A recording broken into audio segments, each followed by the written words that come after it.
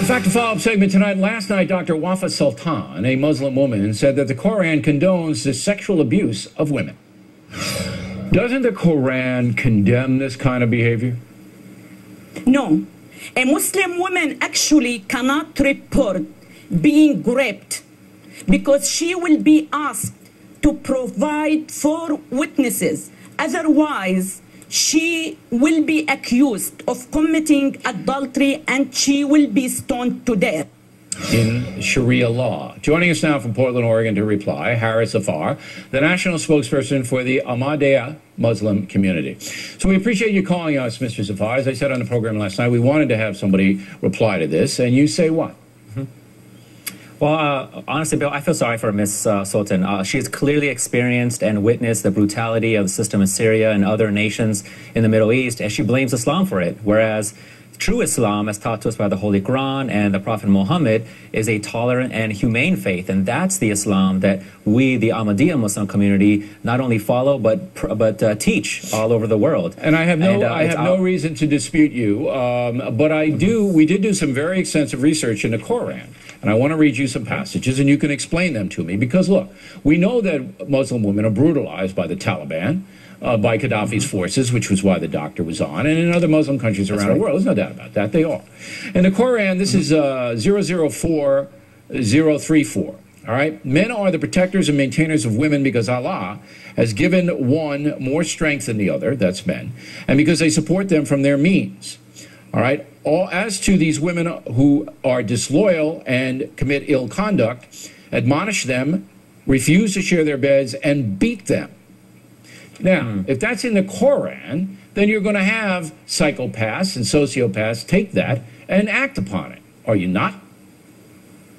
Right, and I think you'll find that in all religions, you'll find such no, but I want you to explain that passage in the Qur'an. Right. So what this verse is what talks about the power of a man over a woman, it's really talking about the guardianship, because a man is considered the head of the household and the overall is responsible for the protection and the sustenance of the family, which includes the wife or the mother as well. We got all that, but the word is that you can beat them, and then 5 sentences later, as for those women from whom ye fear rebellion, okay, somebody who disagrees with you, admonish them, banish them, and scourge them. So you got beat them and scourge them in the Qur'an. You know that this is going to be used by people who are ignorant and sadistic. Right. You know that.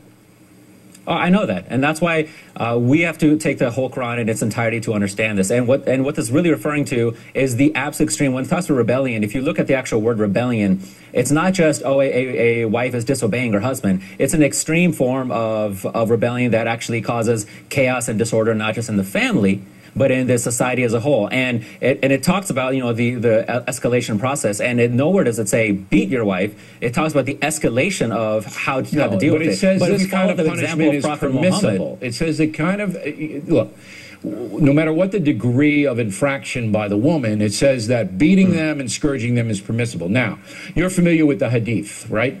Collection of holy books? All right. Now, in the Hadith, and this is book 008, number 3432, it says flat out that the Prophet Muhammad says raping a captive married woman is permissible. What's that? No, that's